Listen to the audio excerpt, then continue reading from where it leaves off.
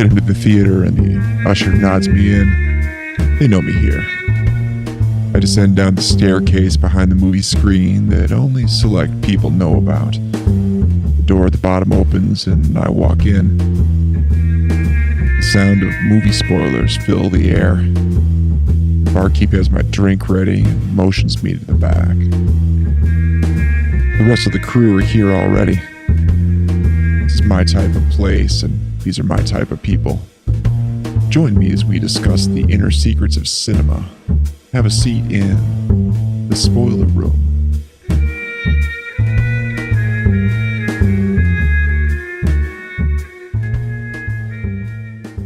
And welcome, my spoiler room friends, for journeying down the stairs and joining us tonight for an somewhat impromptu episode. We know how these go. If you've been following the show long enough, I'll watch a movie and there'll be a certain movie where I'll just be like, I hadn't planned on talking about it, but I got to talk about it. And I happen to find two crew members tonight to help me talk about the latest quote unquote superhero film. And as you know, probably know, it's called Glass from M. Night Shyamalan.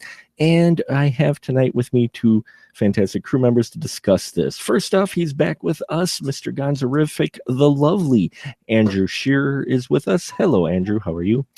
Hey, Mark. Thank you. It's lovely to be lovely. And this is my first recording here with this gentleman, Lamont. It's good to meet you. Same here. Look at that. And he's trying to be modest about it.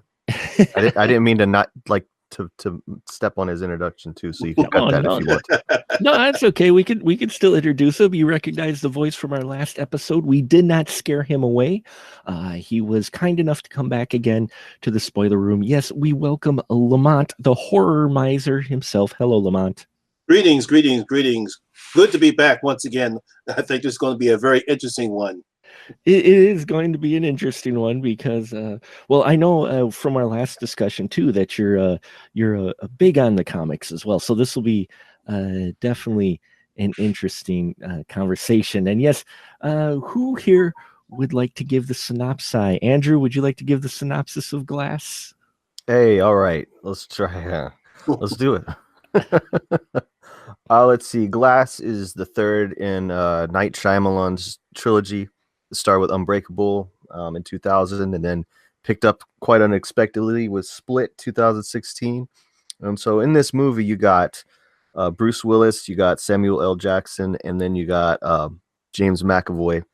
And they're all like in an institution. And, there's fighting and shit. And I'm sorry, I messed this up. It's a statement about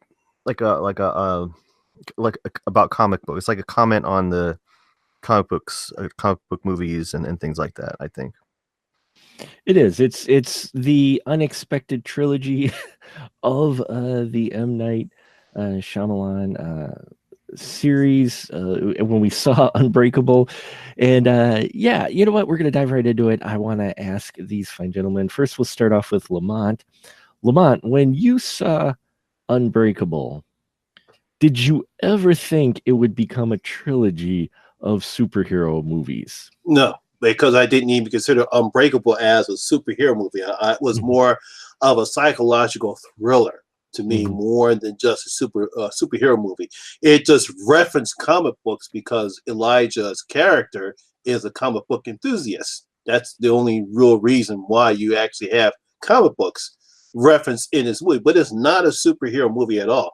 Because you can see as the movie goes along and along, you see Elijah telling David what he needs to do, but all he's doing is just, hey, look, I need to have a purpose in life. So that's the reason why he does what he does. But it was never, to me, considered a superhero movie. I mean, even back then, I think the only superhero movie we had back then was, I don't even think Blade came out back then when that movie came out. Well, the first one, Unbreakable, came out in 2000, so it was. Yeah, there weren't many. I don't think there were very many at all superhero. I mean, they had been. We did have, the direct-to-video movies, but Blade had come out 2 years prior. So okay, yeah, that's why I figured. I thought that, but that was really the only superhero movie that actually came out was Blade, but not a lot of people didn't know Blade was an actual comic book movie because not that many people knew who Blade was. Right. But this movie was not. Unbreakable was not a superhero movie at all. It had superhero elements possibly in it. I mean, David Dunn's character is, possibly showing that he had powers, but David Dunn showing that he had powers, but the way the story was written, I can definitely see that not considered actually a superhero film. What about you, Andrew? When you first saw Unbreakable, did you expect it to come here? I mean, no, but I also was not expecting it to be a superhero, like for that to be, you know what I'm saying, like the story, because Right. I think to Lamont's point, that's kind of the twist of Unbreakable, that it is it's got superheroes stuff in it, Right. And so that was kind of like the, at the time he was known for kind of like the gotcha shit because of the Sixth Sense, and so this is still in that genre, but he's doing he's doing his twist. That was his twist. Hey, superheroes, right? but I did rewatch Unbreakable before I saw Glass, and I got that DVD out, and I'm looking at the back. It says David Dunn, Bruce Willis, but it doesn't name Elijah Price. It just says a mysterious stranger. Then in brackets a Jackson. Like it doesn't say. It's not even. You could tell they weren't setting it up for anything. Yeah.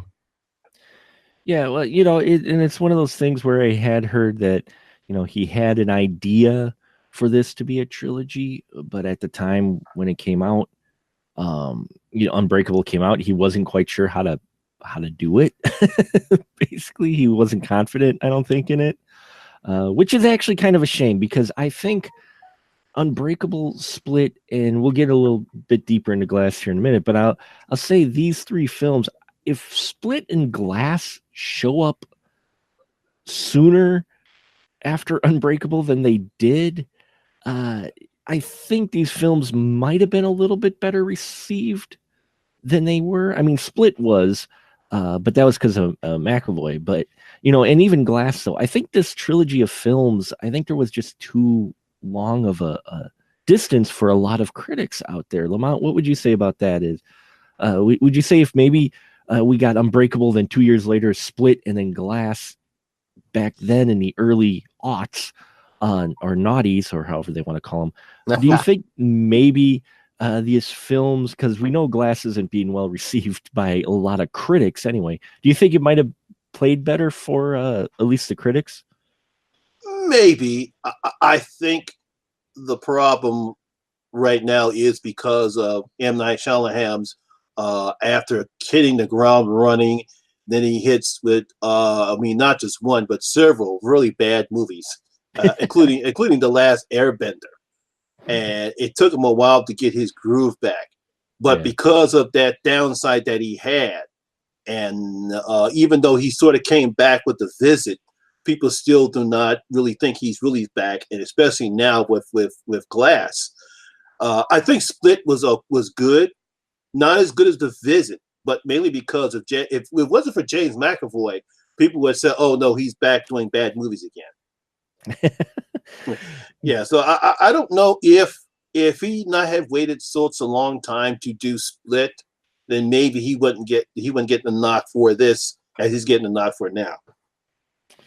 Yeah, I think so too. Andrew, what about you? I know in your review with your notes in that, you mentioned how you kind of visited some M. Night films and that, and he's been up and down with you. Do you think maybe these films would have sat a little better had they came out sooner?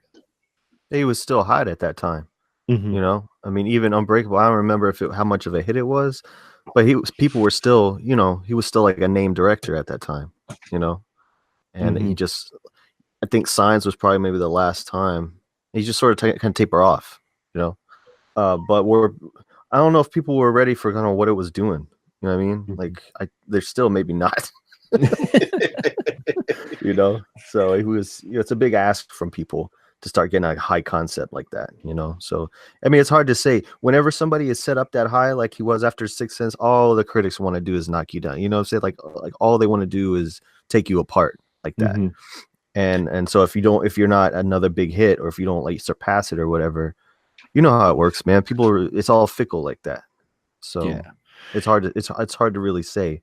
But Split in the early 2000s would have been a strong ass movie, you know, especially because horror wasn't really doing anything at that time. Yeah, you're right. Yeah, nothing much was going on horror at the time, and if he would have came out with Split sooner rather than later, then he wouldn't get the backlash that he's getting right now. Mm-mm. No, he wouldn't at all, especially with the way Split was, because I enjoyed Split quite a bit.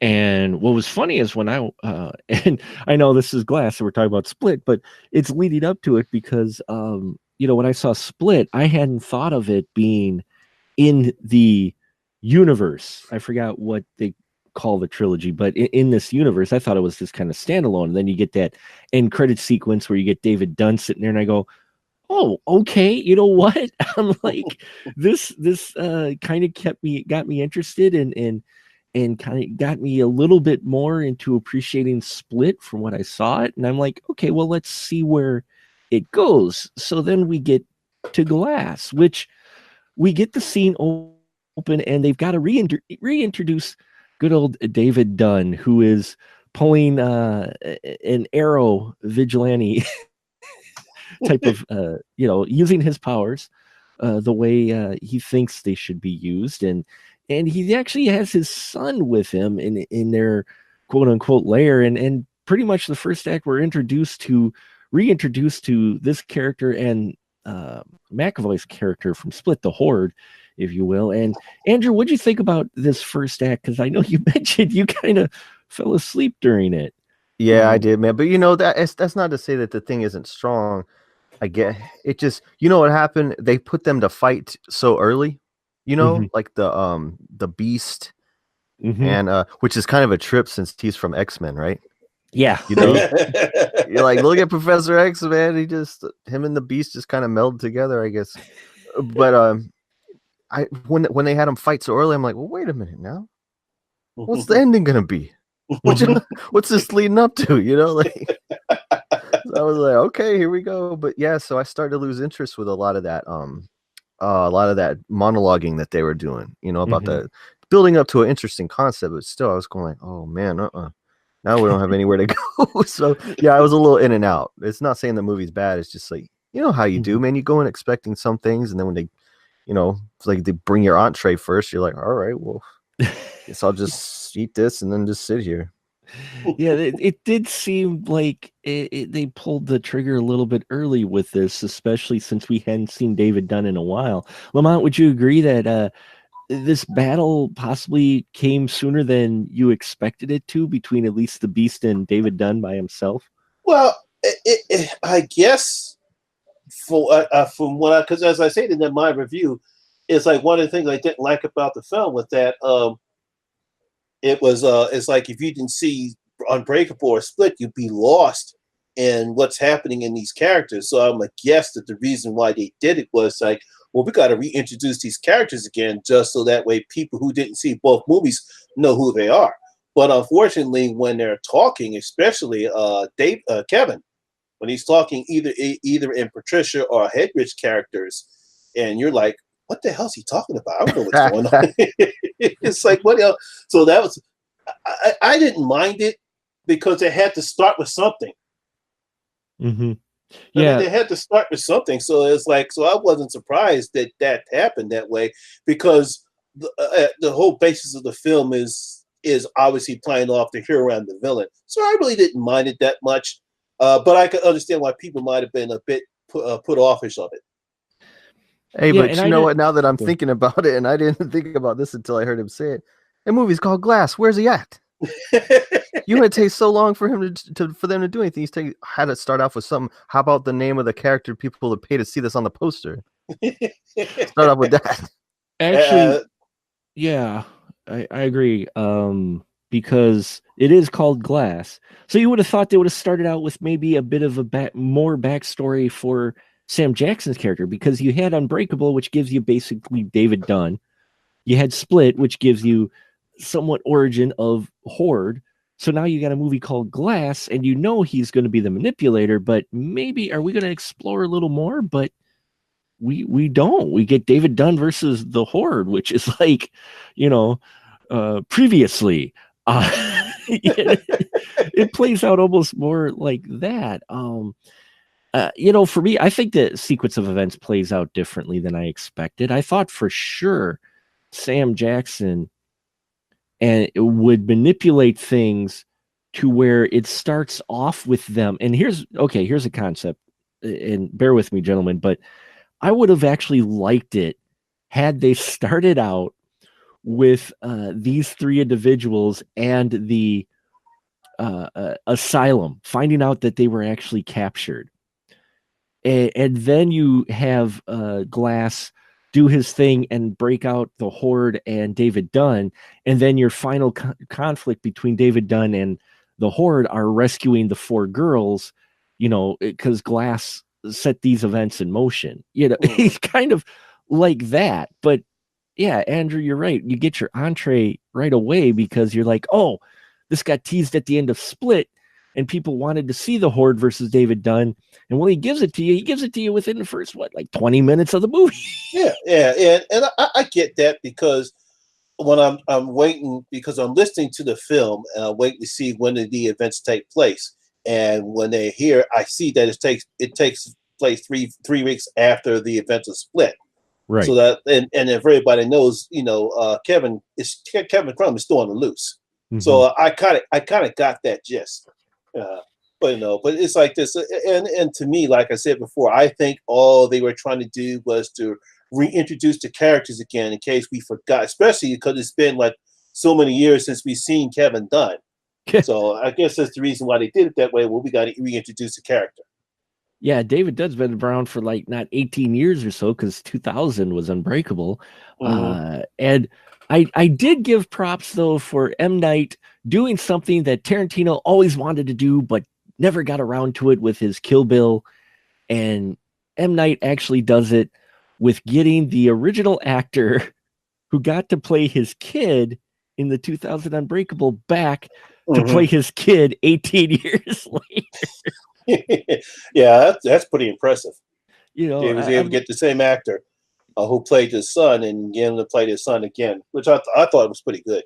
Yeah, I thought so too. I like the fact that his kid was helping him out and kind of his, helper in the lair and keeping up with the technology, which I still got to this day figure out what Bruce Willis, the actor, must have against technology, because every one of his characters seems to be against it.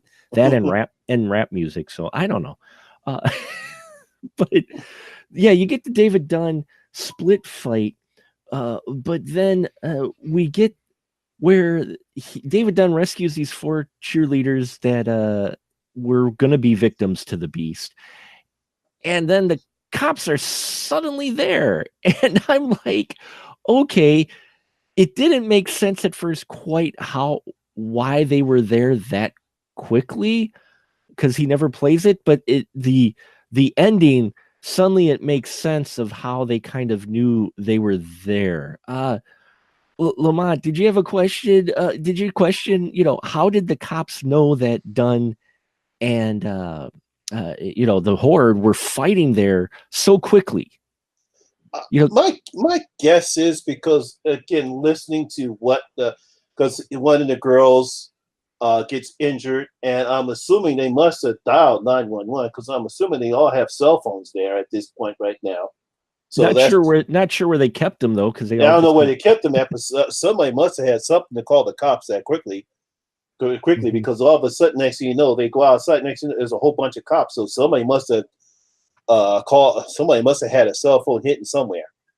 Yeah, but that's the only explanation of how they got there so quickly. Yeah, and the only other thing is because of the doctor who is there with the cops when they get to David Dunn and the Horde, Kevin Wendell Crumb. And Andrew, what do you think about the cops showing up in that? Do you think that is something where the girls called ahead, or do you think that plays into maybe a little more of what he was setting up at the end of the film, where we get the kind of reveal of who's behind the psychiatrist and the capture of these extraordinary people? I mean, it's nice to think that, and that's cool, because if you're trying to defend the movie, then rock and roll. Yeah, that's exactly why they did it.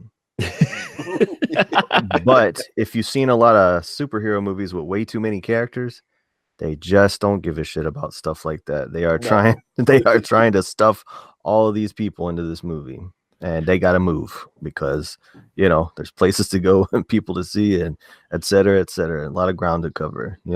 Especially people to see, aka Mr. Glass, aka Elijah Price, who we finally get to see. The movie's named after him, and we don't get to see him till after our two other characters are committed by Dr. Ellie Staple, who I really want to talk about in a minute here. But we finally get to see Elijah Price, but Andrew, he's not Mr. Glass the way we left him before. But then again, he's playing the system. How'd you feel about being reintroduced to Mr. Glass? This is my favorite part about the movie. I got to be honest. Mm-hmm. I mean, he is so good, and the stuff that he's doing. I just hang on every scene that he was in. I hang on every blink that his eye was doing. I could not wait to see what he do. Elijah Price, he is the coolest thing about Unbreakable the movie. After you get past okay, you got superpower, all that stuff. It's about Elijah. You could tell that's who the writers liked writing. Mm-hmm. And in this movie too, we've seen everything. We know what all is. We saw everything that Crumb is gonna do. We know all this. And we know all about him. We don't care. It's all about getting back to Glass because, by the way, my name's on the poster, so you better fucking But I loved it. I could not wait to see what he do. And when you got that reveal that he was hiding his pills and shit. Love how he cut dude's neck with that glass too. It's like, I'm Glass. You saw my name on the poster. What do you think I was gonna do? It just that was one of my favorite parts. It was so good like that. That scene actually was directed really well. It was like M. Night. There were some things that were kind of sloppy, but M. Night directed that particular scene really well. When Glass reveals, yeah, you know what, I am actually not comatose at all. Yeah, no, you can tell sometime who's the writer's favorite. Yeah, just like you saw A Girl's Trip, right? Yes. Who was the writer's favorite character in that movie? You just know. Yeah, it was Tiffany Haddish's character. They of course. Sometimes they just, what I mean? You can kind of tell. By the way, I guess that I didn't even see Girls Night Out. Right? You can probably tell from the trailer. She just got all the best. Anyway, but I don't know if that's good writing or not. But before in case we don't mention it, since we're talking about Elijah Glass or Elijah Price, his mom. Anybody notice anything off about Charlene Woodard? Was that who that is? Charlene? Yeah, Woodard? Charlene. Yeah. She. Speaking of Fresh Prince, she was in that show. Yeah, no, yes. So she's like, I looked it up while I was watching the movie. I didn't mean to do this. I don't ever do that. But I was like, what did they do to this woman's face? I wanted to know what was the age difference between her and Samuel L. Jackson in real life? Anybody know? Anybody want to know? Anybody care? It was like she is 5 years younger than him. Yeah, I was going to say. Yeah, that's why they had her made up that way. Anybody believe that makeup? No. Couldn't they have just left that off and just been like, so she's just she's just like that? Would it have mattered? Just gray hair, I don't think I don't think it would have mattered. No, but that was the one thing. Now, for me, I dug this film quite a bit. Okay, I'm gonna say it right now. I know, probably more than the other two gentlemen here, but I dug it quite a bit. But there were flaws, definitely, and that was one of them. Also, I didn't think we really needed to bring back the other minor characters because, as you mentioned, Andrew, there were a lot of characters in this film. There's a lot of things going on, and for me, I enjoyed the film, but I think I would have enjoyed it even more had they just focused on the three characters. Maybe bring Glass's mom into it because the movie's about him, so we can find out more about him. But dude, he even brought himself back. You saw that part? Yeah, he brought himself back as the guy from the stadium. He's like, I'm really stopped hanging around bad people. Come on, man. Yeah, M. Night even brings himself back as a security guard from Unbreakable. He's like Hitchcock or even almost going to Stan Lee things with him having cameos in all his movies. I think it's kind of a Hitchcock thing at first. Well, I remember in Sixth Sense he had said he put himself as the doctor because his family had wanted him to be a doctor. Oh, so he's like, here. Well, he's been a security guard. Yeah, he keeps being around bad people. So, that part though had some humor when he's in the electrical shop and David Dunn's about to go out because cops are looking for him. So his son doesn't want him to go out to go hunting for the horde, and he's going out. And that was actually kind of a humorous exchange where he said, "Let your dad go for a walk." Right? Look he gave him. That was funny. Because they're trying to hide David Dunn's secret identity. So he's telling his dad, "Dad, no, you don't really want to go for a walk." And the guy's like, "Let your dad go for a walk. What the hell?" That was funny. So that was one of the lighter parts. But I didn't really think they needed to bring back, as much as I loved her in Split, Anya Taylor-Joy's character at all. And even though it was great seeing Joseph Dunn in there, I don't think they really needed those characters because they're used solely for the purpose of getting our heroes either distracted or from point A to point B, but they don't really serve, I really would have liked to focus on the three principal characters. Lamont, what would you say? Would you say these extra characters, they could have handled it a different way for a couple of the reveals? I didn't mind her in the show. Yeah. But because she's only just used for an emotional thread for Kevin. Right. That's the only purpose we see her character back. But other than that, she really doesn't serve any other purpose other than just for that. And to me, I get it. And you do have some nice turning moments between her and Kevin, and especially with Hedwig. Right. I thought that was really good, but I don't think it would have made any difference if she was in the film or not. Yeah, they could have maybe even just added, picture or something. Here's a picture of her he carries around or something. I don't know. There are a lot of characters in here, and for being a third film in a trilogy, though, this is a little bit more old school sequel in that you really kind of have to see the other two before you catch everything. But the extra characters, I think they could have written them differently for it, but we do get the new character of Dr. Ellie Staple. And dear M. Night. Okay, well, I want to get your guys' opinion first, and I got mine. Andrew, Dr. Ellie Staple. M. Night really needs to stay away from writing female characters, doesn't he? I thought you liked this movie, man. What's up? What's going on here? I do like the movie. I like the movie very much. I didn't quite care of how they wrote her character. How'd you feel about Dr. Ellie Staple? She represents what he is trying to communicate with this film about comics. It's his conceit about how they're based on real people, right? And so, she just unfortunately falls under that stack of stuff that he's got in his head that in my opinion, I don't think it came out right. It's not a bad idea. This guy's talented. This guy's got a cool idea. But, she's got the unfortunate task of being the on-screen representative of that. And it just, it's not interesting, I don't think. He doesn't give her anything to do. And same thing with Anya Taylor-Joy. Same thing with Elijah's mom. They just don't have anything to do. Yeah, they don't have a lot of things to do. But Ellie Staple, there is more there. But I would have liked to see her written a little bit more not quite stone cold. Maybe stone cold. I would have liked to see her be a little bit more stern, or kind of in the background a little bit more. Now she is the new character that's introduced in this film, the new lead, or the new, you got the three coming in that we know, then the one that we don't. She is the new major character. As a new major character, stack her against those three the way they're written. Come on, yeah, she got nothing.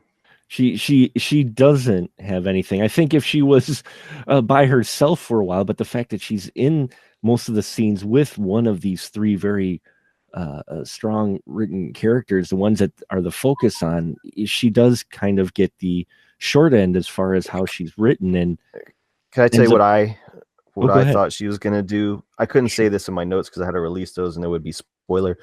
I was hoping they would reveal she had a superpower. Me too. I was kind of pulling for that too, that she was like a evil bad guy, another bad guy in That here would have been great. that would have had a power. Lamont, how about you? How'd you feel about Dr. Ellie Staple? Do you think her as well as a couple of the other female characters kind of get the weakest writing? Actually, that's what I thought, Mm-hmm. that she was going to be the twist where he reveals the fact that she actually has a superpower. Mm-hmm. That's what I was hoping, because I'm like saying, well, if we're not getting anywhere with any of these sessions, she's spewing a lot of psychiatrist stuff, which is okay, but it's not leading anywhere to the film. Because we all know that none of these guys, maybe Kevin is. That's why I said in my review, I mean, we all know that these guys are not crazy, even though Kevin, we already know he suffers from dead. But I'm thinking, well, maybe she has to have some type of superpower, because right now, as much as I enjoy Sarah Paulson, but she's not doing anything other than spewing psychiatrist crap. It would have been nice for her to have maybe a superpower. Yeah, I was kind of leaning towards that she was, there was something different about her character. I knew there was something. I was not expecting it, and like I said, we're jumping around with this, I know, but I was not expecting the reveal where she was part of this organization that's meant to take down superheroes. I thought she was maybe one that was meant to capture them and weaponize them. I kind of suspected she was part of something bigger, or some organization, or had some alternative plan. I was not expecting them to be the group that actually goes around trying to eliminate superhero or extraordinary people at all. And I kind of would have liked it go the other way around, though I didn't mind the secret organization. I thought that was I think that's part of was his supposed twist, was the fact that there's this organization and that extraordinary people have been around for a long time, and their job is to keep it hush hush. So that's interesting part with her character. It's just the way she was written and some of her dialogue in that, especially. I think it could have been handled a little bit better than what it was. But then again, when you have those three characters that you have in the same room with you, it's hard to have four strong written characters, I think, because someone's going to end up unfortunately getting the short end, and I think she does in this. Though I did like the fact she was still part of the organization. One of the things, though, I thought was interesting, and maybe I picked up on it only, and I could be just seeing a cigar as just a cigar. Okay, I could be completely off, guys, but I honestly think, and this is the impression I got while watching it, especially after the reveal that she was part of this organization. I'm like, okay, she's part of this organization. They kill superheroes or try to convince them that they aren't extraordinary. And I'm like, all right, am I getting just a little bit of social commentary in here? Here you have an organization that is basically trying to gaslight extraordinary people into thinking they are not extraordinary. Is that a bit of a social commentary, or am I off on that, Lamont? I didn't pick up any social commentary on that aspect. I just thought that was just part of some type of a twist that him and his writers were trying to pull. I mean, first of all, for me, it just came out of left field, and it really didn't make any sense to me. Mm-hmm. Even after we get the misdirection from Elijah, which kind of makes that particular reveal a little easier to swallow. But the fact that he puts it out there, to me, it's like, where the hell did this come from? That doesn't make any sense. It's not to me, it wasn't a social commentary. I just think they just simply didn't know how to end the film. Andrew, how about you? I mean, he's right, man. They took how many? It was like almost like approaching Return of the King number of endings on that movie. Like it just didn't want to quit. You know, like, oh no, wait, we if that wasn't good enough, we got a little more. Like, come on, man, you just let's wrap it up. You got, I mean, this is kind of sputtering to a halt. It was just belaboring, you know. And see, I kind of dug that ending though, with the turnaround where he uploaded it to the server, and you get the you get the end of basically the three characters for this trilogy, which while he was on the nose, I liked how that played out. I was kind of hoping for Anya Taylor-Joy to possibly have a superpower, for mental control, because they kind of teased that earlier in the movie. But see, for me, I didn't mind the multiple ending type of deal, because we've gotten that in other films similar to this. We mentioned Return of the King, which has a half hour of endings. But I thought it was a good way to wrap this up, and had a feeling like, okay, he's cutting the cord here with these three, so that if he wants to progress, he's setting this up for something that he could continue in the future. But at the same time, with seeing these actual ends of these characters, as well as this end where the three support characters for the three superhero characters, they end up being the ones that kind of handle this reveal and witness it. And I like that, because you could see where, if this actually takes off, okay, great, they got a setup for some more movies. If it doesn't take off, I had a good feeling of finality. And I don't think I would have gotten that had we not had a couple of those endings, if we had a couple of those things still hanging out there personally. For me, I didn't mind the multiple endings. While I thought the Doctor was written, could have been written stronger, I liked the idea of the organization. Actually, it kind of brought a smile to my face when they had that.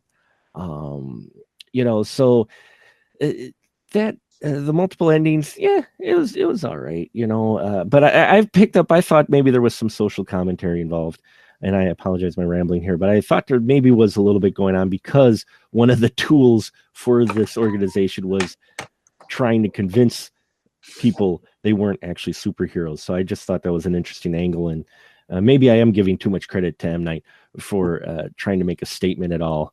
Maybe he was just thought that he was trying to be creative of them trying to take out superhero characters by not killing them, because usually that's the first measure of any organization that we've seen past is, oh, there's a superhero, we don't like them, we're going to try to kill them.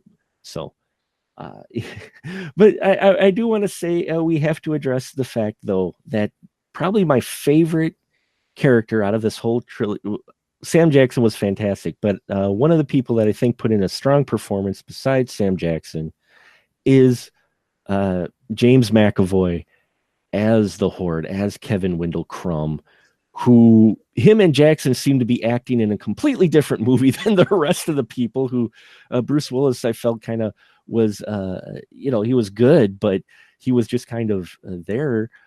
But for me, it was really all about Kevin Wendell Crumb.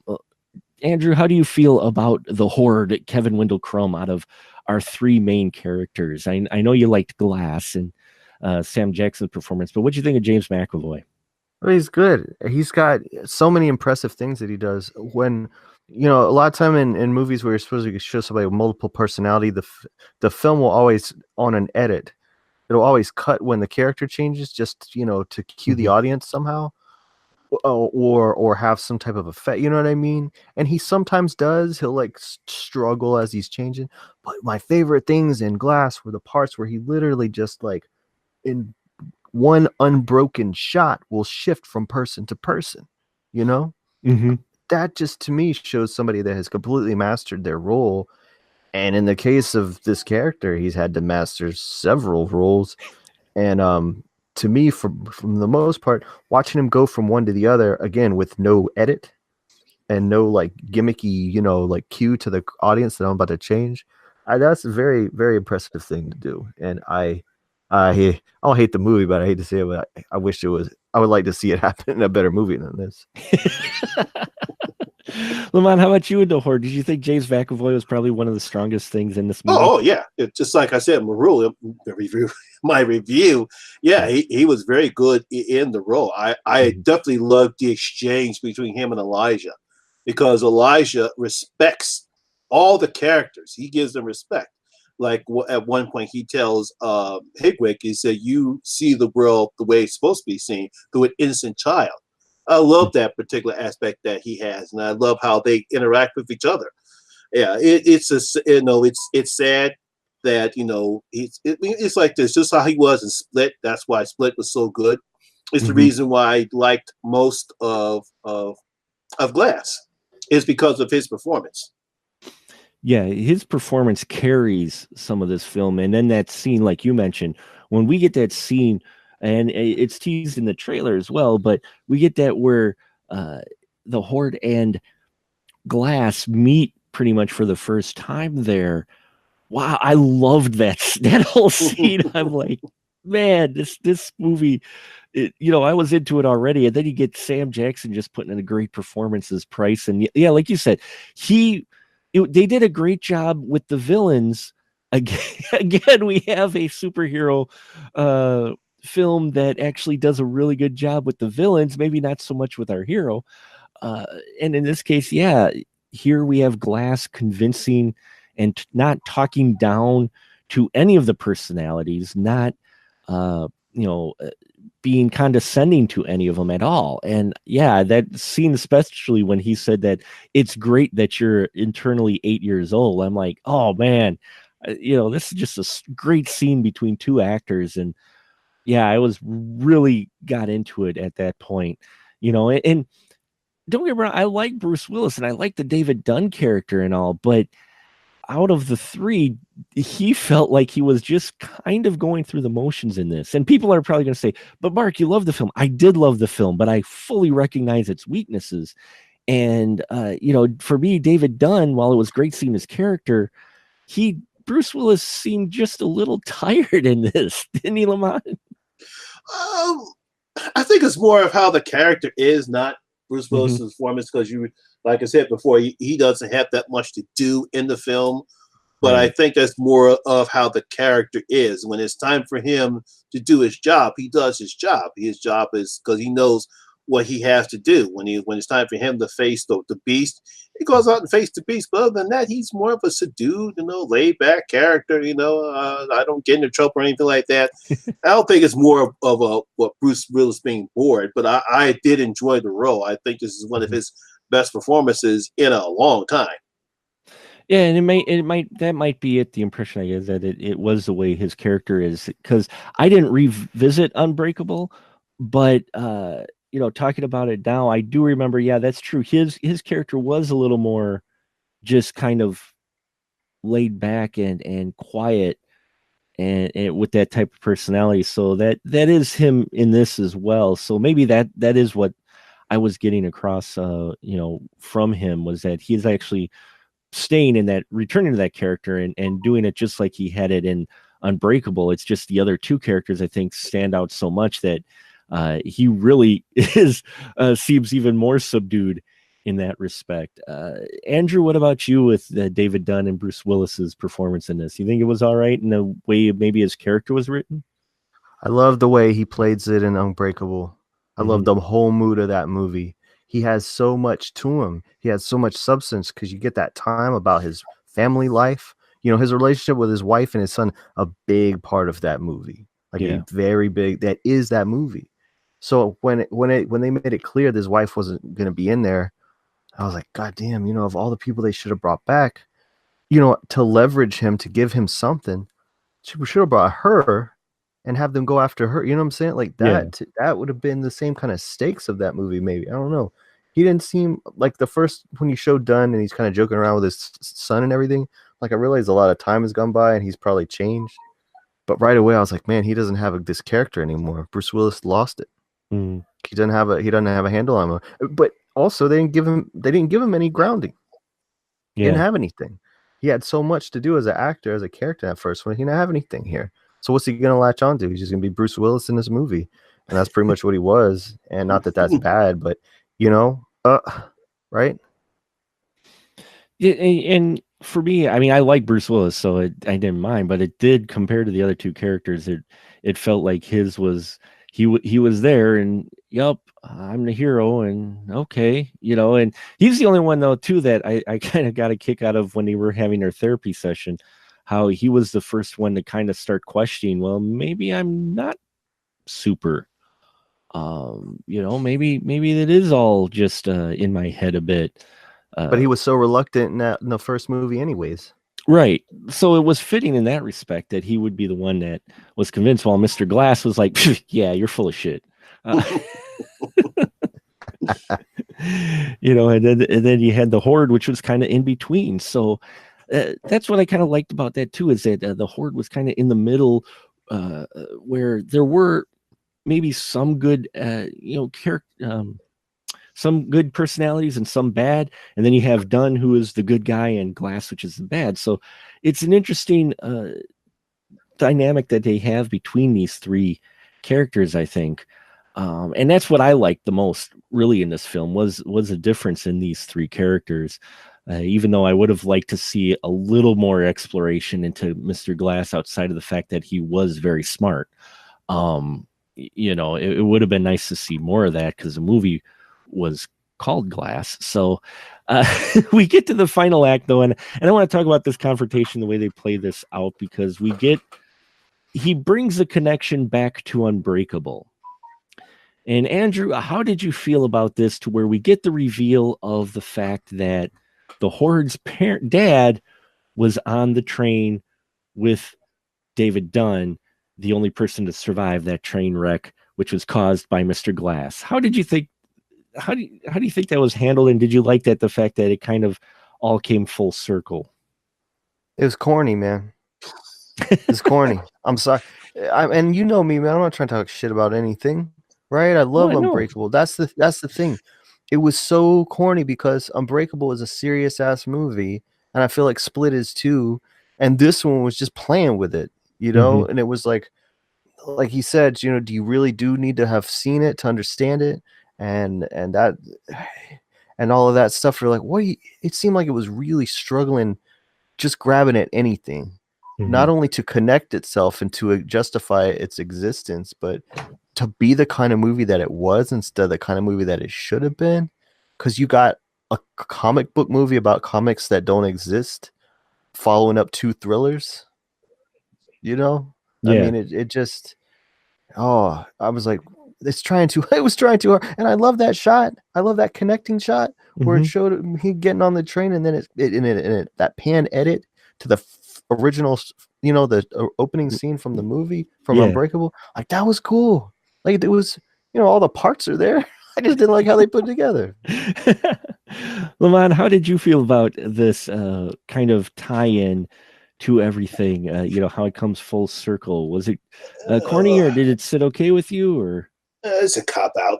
It's lazy writing. Come on, it's like you're going to have something that happened that long ago, and all of a sudden you're going to throw this little wrench in here. It's a cop out. It really didn't fit into the narrative of the story. All you're trying to do is to make it so that Elijah Wood planned this all 19 years ago, thinking there's too many variables could have went wrong. To me, it was a cop out. And again, this poor writing. Again, it's just like, well, how is this like, for some reason he couldn't find the way to end the movie, or to make sense, or not to make sense, or to simply just, why can't he just put it this way? Why couldn't he just have it?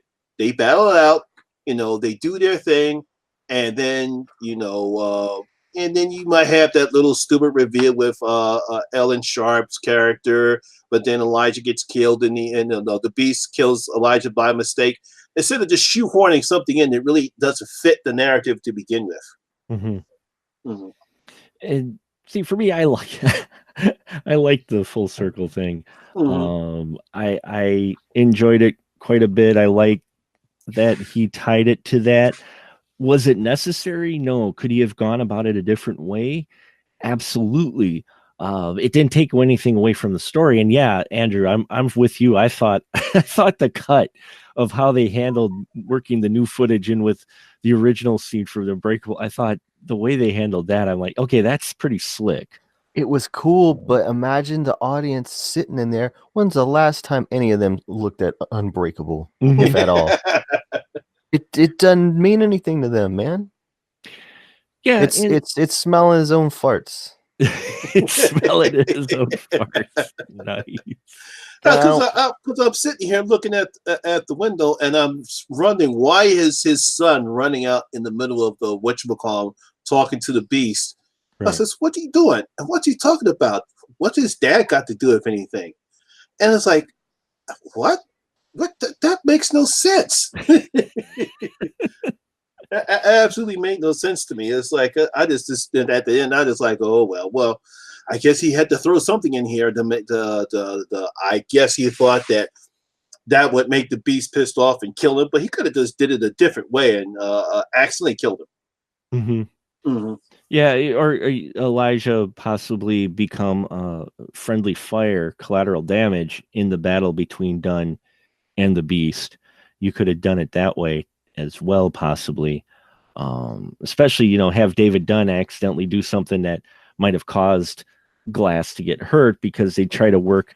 And I know what he was going for. He's going for Glass trying to be kind of the male figure for the Horde and lead him, while also have his own evil plan in the background to manipulate him. But in the forefront, as far as Kevin is concerned, here we have Glass trying to kind of be the father figure that he lost. And I understand it coming full circle and how he did it, and I liked it. He could have done it a different way that would have probably appealed to a lot more people, including both of you. But for me, I guess it didn't take me out of the film. But then again, I guess my approach to this was a bit different, and I'm not sure why, but I think you did mention it, why it's maybe not sitting with a lot of people. Well, Andrew, is the tone and the direction of this film is completely different than the other two. And Lamont, you're a big horror fan. Andrew is, I am. And the first two felt more like they were thrillers, and they were kind of unique, but had more of the horror vibe to them, especially Split. And then this one is just more straight up trying to be superhero than horror at all with it. And I think maybe that's what's not sitting well with a lot of people. And now that discussing it with you guys more, I realize that really is what he did with it. But makes me wonder if he would have made this sooner, before we had the clout of superhero films, had he maybe handled this differently. Lamont, what do you think? Do you think maybe the film, if we didn't have all our Marvel and DC and 10 years of superhero films up to this point, do you think maybe he would have written this differently and instead was trying to write it possibly to appeal to that crowd now? I don't know if he was trying to appeal to the superhero crowd. As I stated before, to me, this is not a superhero movie. This is more of a psychological thriller. Just have superhero aspects in it. I don't know if he would have wrote this sooner, before we got Marvel and DC and any other superhero movies that we've seen throughout the 10 years. I don't know if he would have done anything differently. He might have changed some of the aspects of the characters. But like I said before, to me, it's more of how he is. He likes suspense. He likes to twist. I think he would have probably came with a better twist in this one as opposed to what he tried to do here.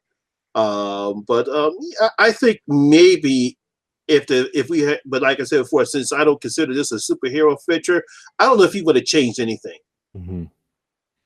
Andrew, what about you? You think the modern superhero films may have had their influence on him with writing this, or do you think he still would have taken the same approach? I don't think he would have made it if it wasn't for superhero movies. I don't think he would have made The Visit if found footage movies weren't popular 4 years ago. The homie is not.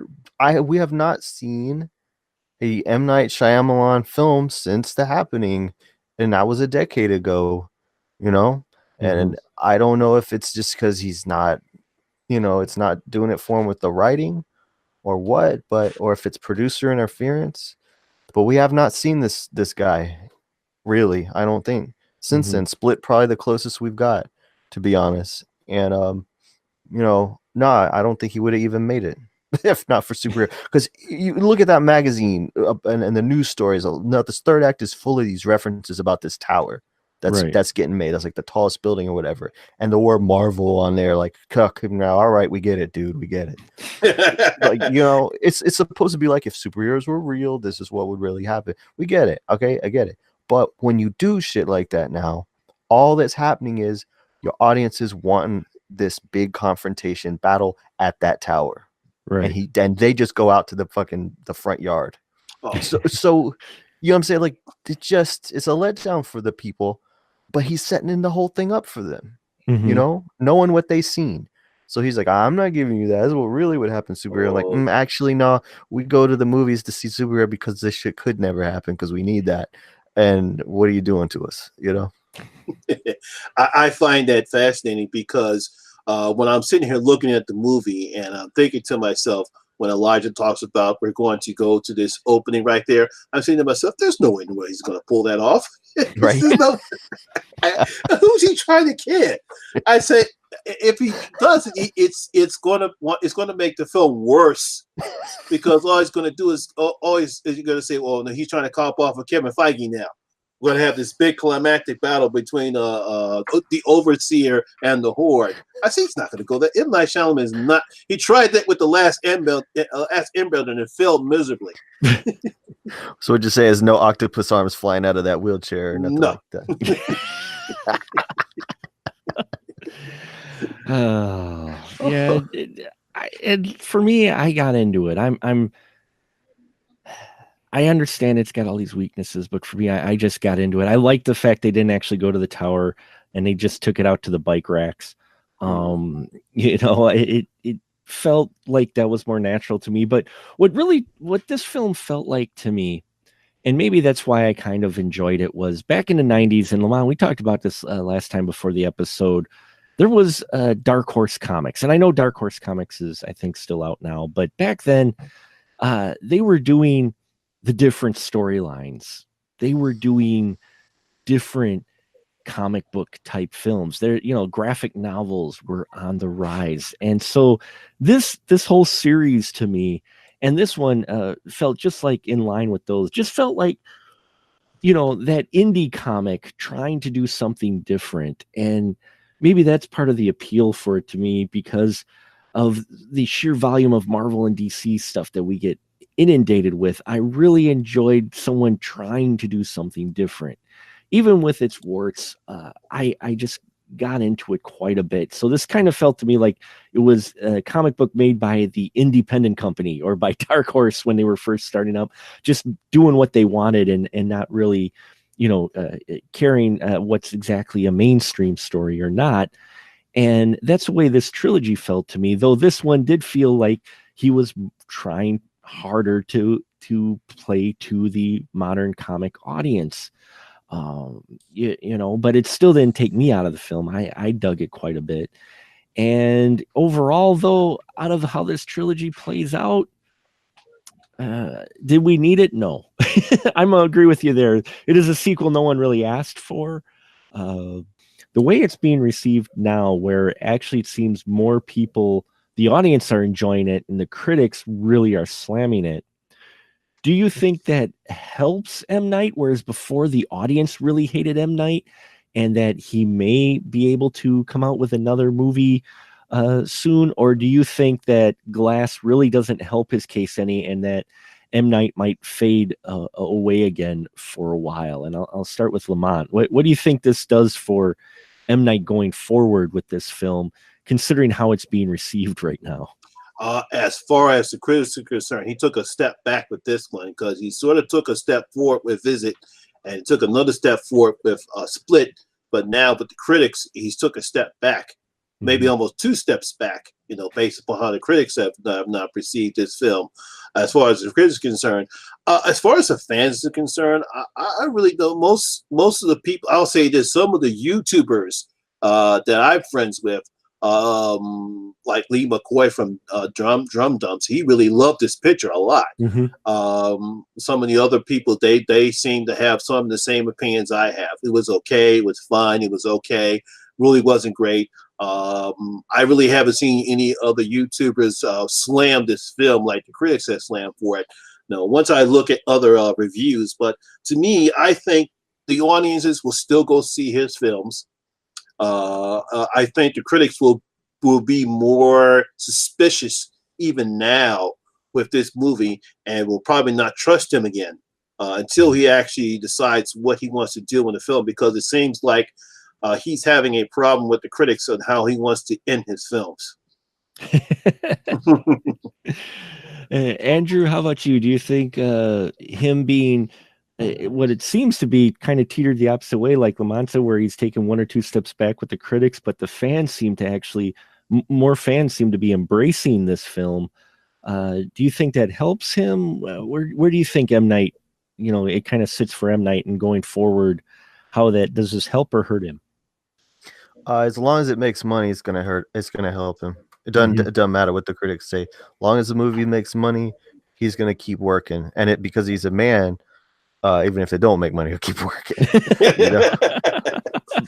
That's a good point too. Yeah, and so I don't want to go off on that, but still though, he seems to be less driven by idea and concept and more driven by what will be a success. And so as long as it makes money, he will be all right. I would like to see him maybe just direct something rather than write it next time, but I don't think that's going to happen. He is an auteur name, Yeah, so it would be interesting to see him direct someone else's script, someone else's writing, for sure, because he normally only directs his stuff. So you're getting his true vision, but at the same time, that true vision doesn't really sit well with critics lately, especially with Glass. Though, as you can tell, folks, we are a bit split here. With Glass. I was waiting for that one. Oh, wait. Here we go. And I'm not going to edit this, but what the heck? So let me back up. I missed an opportunity. So while you find that our stances may be unbreakable and we are split on the film Glass, one can say that it is a different sort of a superhero film, and it is, would I like to see more? Yes, I want to see people take different chances with comic book films, and I think we'll get our panels here final thought with Glass and where they would like to see, maybe not the way M. Night specifically did it, but would they like to see possibly more people doing something different with the superhero films than trying to follow the Marvel DC formula that we've been inundated with for the last 10 years. So well, I would like to see some people take more inspiration from Unbreakable, just in that style, because really looking back on Unbreakable, it's kind of like the A24 of superhero movies, and it was so ahead of its time like that. And if you was to put Unbreakable out now, they would hate it even worse than Glass. They'd be like, where's the CGI? It was very little in the way of, like, the credits for it were so short. I remember going like, where's all the, what I'm saying? Like, credits now at 18 minutes long and shit. Where's the post? Where's the mid-scene credits? Where's the after-scene credits? Yeah, no, they would not stand for this movie now. They'd be like, what? They would hate it. But as far as the final thought on this movie is, I think for all its attempts to be different than the superhero movies that's out now, it really falls prey to what happens to, I feel like, the worst ones, in that it's got way too many characters and it cannot write for all of them. And as a result, you really can't hook in and you don't care what's happening. Mm-hmm. And Lamont, how about you? Would you like to see other filmmakers try to attempt something like what M. Night here and do something different with the superhero genre? And your final thought with Glass? My final thought with Glass was that it was an okay film. Had a missed a lot of opportunities to be a great film. It's an okay film. Like I said, if you're a fan of M. Night Shyamalan, you probably will enjoy it. As far as superhero trying to do something different in superhero films, I don't know if you can or can't do it because it really has to be done right. The problem now is that these fanboys, they really get after you if you do something very stupid or try to do something different. But if you fail, you're going to fail miserably, and that's the problem. I mean, Kevin Feige has set the bar so high. And if you're trying to do something different, you better have a great idea. Mhm. Otherwise, it's just going to fail miserably. Yeah. Did anybody go back on Hancock recently? Has anybody seen that recently? I haven't. It's an okay film. I get the attempt they were trying to make with that film, trying to humanize a superhero, such as Will. I don't know if it was this Will Smith or not. I don't know if he came off okay. I think he was okay. I think if it was done with a better actor or if the script was somewhat better, it might have been a good. But if to put it this way, if Hancock came out today, he could shred it. Yeah. It would get shredded.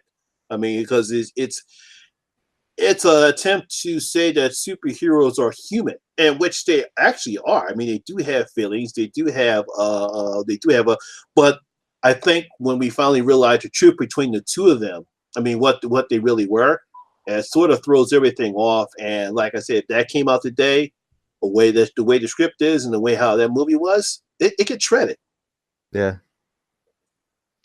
Yeah, I could see that it would not sit well with the audiences of today because everybody has a specific locked in kind of thing they want to see from their superhero films. And not that I don't have a problem with it. I would say this. Well, at least they were attempting to do something different than we see with your average Marvel picture.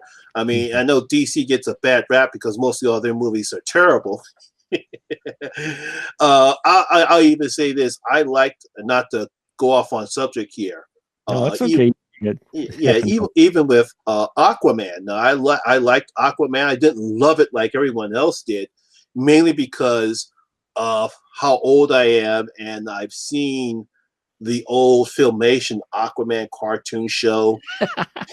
And that last scene in Aquaman reminded me so much of that. Because to me, it's just too cartoony. I've seen this before. I mean, it looks great, but to me, it was too cartoonish. And I say, because it's like this. I seen this when I was a kid on TV, on Aquaman Filmation TV shows. But like I said, that's the problem. I think most people have with comics of the day. So sometimes I think too much CGI is too much. Yeah. Yeah, I agree as well. Too much CGI. And maybe that's another reason why I enjoyed this so much was because it was a superhero film with not a lot of CGI in it. You know, and for me, for Glass, I dug it. Yeah, especially if you're an M. Night fan, you'll probably enjoy this quite a bit. You know, M. Night's been up and down with me. I haven't seen all of his work. Some of it really hits, some of it misses. For me, I had a fun time at the theater with this one. It felt refreshing and different. We didn't get CGI on it. Had I wish he'd taken a few different directions? Sure. But, you know, overall, it was great to have a break from the DC Marvel fest that we are definitely getting this year. You know, and I would love to see filmmakers out there try to take a chance and possibly do something different with your superhero films. And there's a lot of properties out there that you could do it with. Like I said, the Dark Horse stuff, especially, or the indie comics, you could do a lot with it. But as I believe Andrew alluded to, it's all about the money. And like with M. Night, his film Glass is making money. So as much as the critics may hate it, it is making money. And so that means M. Night will probably still get work, to the chagrin of the critics, while the fans are, you know, okay, it's another superhero film. Let's wait till the next month for the next superhero film. by then, unlike Unbreakable and some of the earlier works, I don't think Glass is going to stick with them. They're enjoying it now at the time, but is it a film that they're going to revisit later on? No, I highly doubt it. Because it is one of those films that felt a bit forced. And while I did enjoy it, I do recognize it for all its warts. We're about as divided here as the internet is. I knew it was going to get interesting when I saw Lamont and Andrew's reviews on it, and I was like, "Oh boy, what did I get myself into now?" I was hoping you would change my mind. Andrew, as far as this film goes, the thing is, you bring up good points, and I didn't have. We usually agree, man. I think this is the first time, maybe with Quiet Place, but for the most part, this is the first time me and you really disagree on a movie like this. It is the first time in a while where we've disagreed on a film like this, where but it happens. Art's subjective. Like I said, I went into it as well with such no expectations because we're about to turn this whole thing around with the panel question I got. So okay, so yes, I don't have to go first, but I got one. I did ask the panel tonight to bring a question or a topic they might want to talk about with Glass that if we haven't already covered. So Andrew, why don't you go ahead first? All right, here's what I got. So Universal Pictures, right? They had to fail with the Dark Universe. The Mummy didn't jump off. Canceled all those cool movies they were going to do. And so they go, look, we had a hit with Glass. We're announcing the Shyamalan-verse. So what's going on here is all his movies are connected. So if you hear that announcement, which is going to be competing with the Oscar announcements on Tuesday, when you hear that, which of his movies do you want to see connected, or which one of his movies do you want to see thrown into, the Unbreakable verse? Oh. So it doesn't have to have anything to do with these movies, or it could just be throw a couple of them old ones together. What would you be excited about or find interesting or maybe go see? None. It makes no sense. I mean, come on, Universal. It's like you tried it with the Dark Universe. You utterly, first of all, casting Tom Cruise was a huge mistake. That was the first mistake, and then. As much as I wanted to like The Mummy because that was the first horror picture I saw as a child when Universal Monsters came out, and to see that utter failure. I mean, they actually had some good ideas in that picture, but they wanted to universe build first instead of just telling a good story. No, there's no need to try to add or force feed any of the films that M. Night Shyamalan has made just to create some type of universe because the Dark Universe failed. So they wouldn't have to be connected to these films; they could be in their own universe. I'm saying they say all of his shit is connected. What do you want to see? Pick two or pick one to throw into these. Oh, if they say they're all connected, which one I would like to see put in there with it? Yeah, or connect two of them. You could grab any two. Doesn't matter. I don't know. It'd be interesting to see them take one of his worst films, The Happening, and work it in with Signs. And yeah, I haven't seen Lady in the Water yet, so. And you could also bring it around to The Village. Yeah, they could work in Signs and Happening and call it The Quiet Bird Box.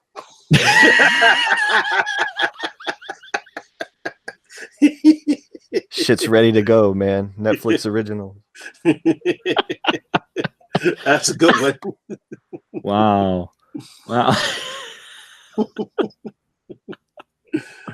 Oh wow, yeah. The conceit of it is like, don't announce a shared universe, a cinematic universe, or aliens will blow up your head. Okay, whatever we do, we can't say this is all connected. Instead of picking movies that he directed, I'm going to the 3 movies in his whole thing that he wrote but did not direct. So we are combining Devil, She's All That, and Stuart Little. Oh boy. Wow.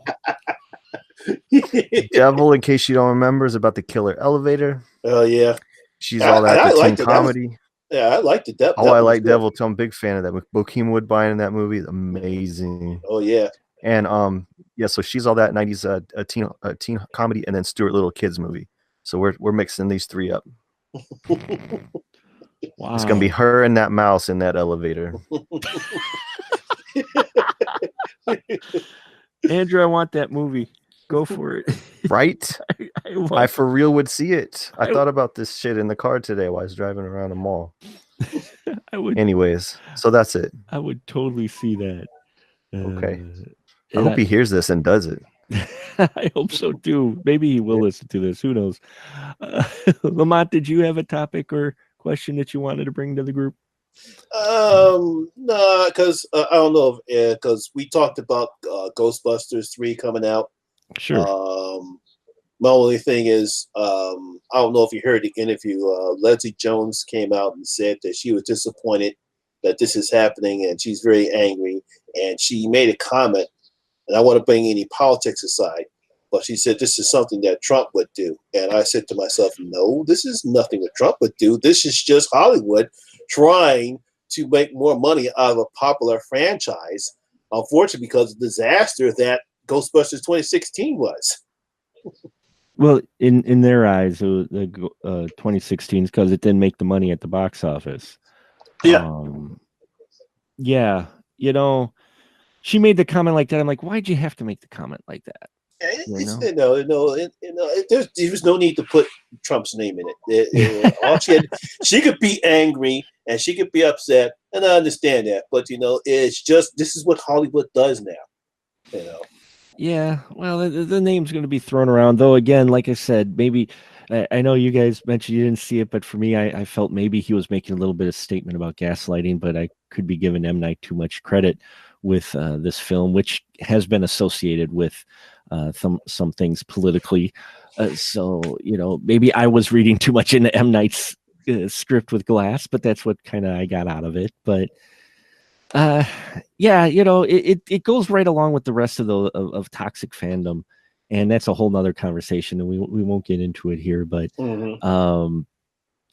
just in general, the failure of Ghostbusters 2016 at the box office, at least, was in part due to the toxic fandom, I think, out there.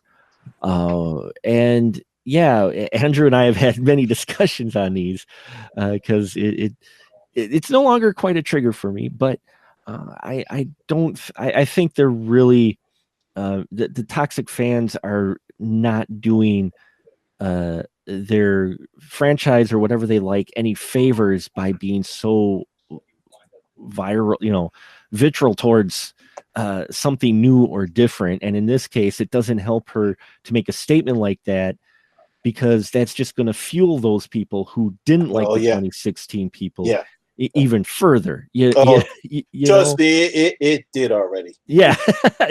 So yeah, I don't know. Andrew, did you have any thoughts with her making that comment and the effects of, say, the fandom, specifically like with the Ghostbusters? Oh man, there's what I want to say quickly and then what I would say longer. So I'll just give you the quick one. Instead of Stuart Little and the lady from She's All That in that elevator, I think I want Leslie Jones and Stuart Little in that elevator.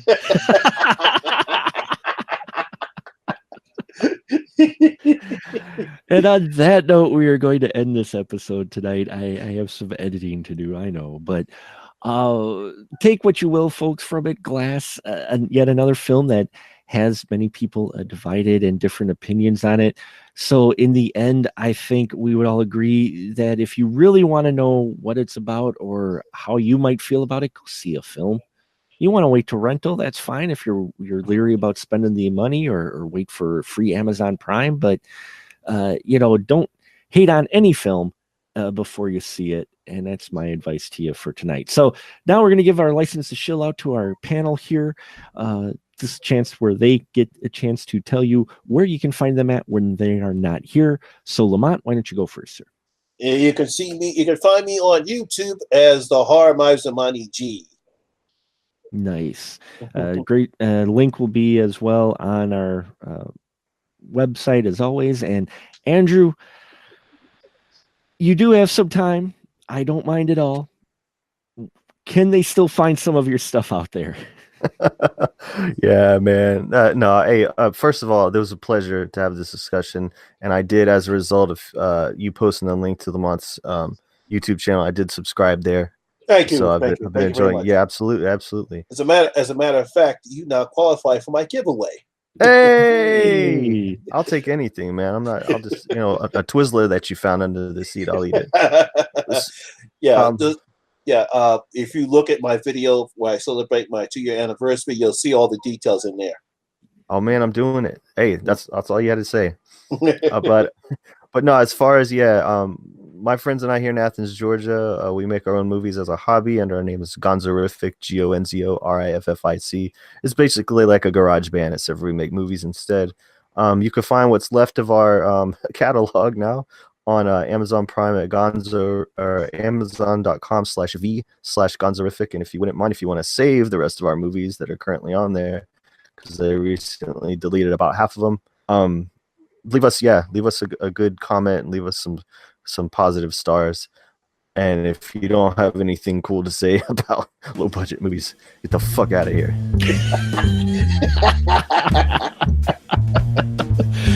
And on that note, we're going to end it tonight. So just say good night, gentlemen. Good night, gentlemen. Buenas noches. Good night, gentlemen.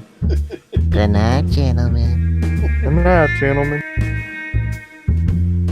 Hey, all my friends out there looking for more spoiler room goodness? Then why don't you check out our brand new Patreon page, patreon.com/specialmarkproductions, where you can get access to exclusive spoiler room episodes and a whole lot more. You can also find us on Facebook groups at SMPRD and on to Twitter at SpecialMarkPro. Let your voice be heard and let us know what you would like to see in the spoiler room, as well as just how we're doing in general. We appreciate your support, and remember, in the spoiler room, the conversation is fresh, but we do spoil the movies.